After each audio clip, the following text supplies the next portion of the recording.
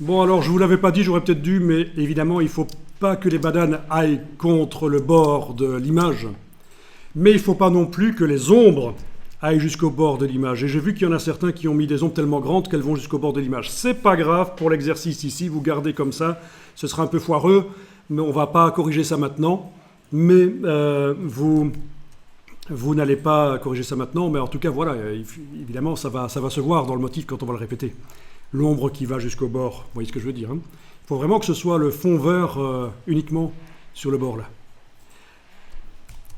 Alors voilà, vous allez activer le calque d'arrière-plan qui contient une fusion de toutes vos bananes et du fond vert, enfin vert dans mon cas, et des ombres. Tout ça ne fait plus qu'un seul calque de pixels, on ne sait plus bouger les choses les unes par rapport aux autres, donc voilà.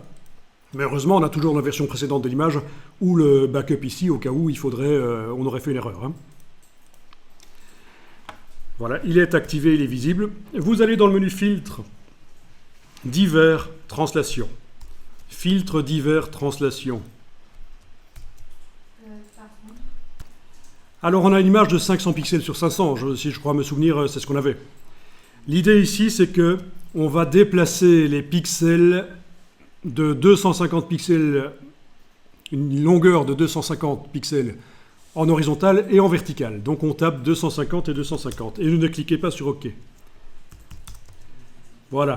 Normalement, vous êtes en fonction rebouclée. Ça veut dire quoi? Mais ça veut dire que les pixels qui dépassent par la droite réapparaissent par la gauche. Ceux qui dépassent par le haut réapparaissent par le bas. D'accord? Voilà. Est-ce que ça marche chez tout le monde? Non. Sauf chez toi, ça ne marche pas. Donc je clique sur annuler. Le problème, c'est qu'apparemment, tu aurais recadré l'image. Et donc, il y a...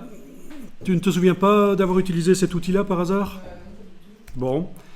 Ou déplacer le fond, peut-être. En tout cas, il y a des pixels qui débordent en dehors des limites de l'image. Mais ils existent toujours, on ne les voit pas, mais ils sont là, hein. Alors, tu vas essayer ceci, toi. Tu vas faire menu sélection, tout sélectionner. Les autres n'ont pas besoin de faire ça. Sélection, tout sélectionner. Image, image recadrée. Image recadrée. Ok, tu fais ça. Puis tu désélectionnes. Sélection, désélectionner. Tu retournes dans filtre, divers, translation. Et tu bouges 250. En fait, 250, ça pourrait être 200 ou 300. Hein. L'idée, c'est de faire venir les bords de l'image au milieu, en fait. Ça ne se voit pas trop parce que le fond est vert uni, mais c'est ça qui se passe. Les bords de l'image vont au milieu. Est-ce que ça marche maintenant? Voilà, donc vous avez vu comment se débarrasser des pixels qui débordent en dehors des limites de l'image. Parfois, c'est ennuyeux. On sélectionne tout, image recadrée, on désélectionne et on s'est débarrassé des pixels qui débordent. Alors, vous allez cliquer sur OK. Et vous allez utiliser le backup ici pour faire réapparaître les bananes au milieu.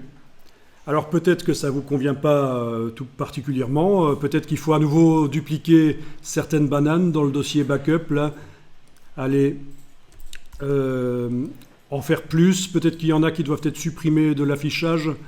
Voilà, mais je trouve que c'est pas si mal que ça, le résultat ici.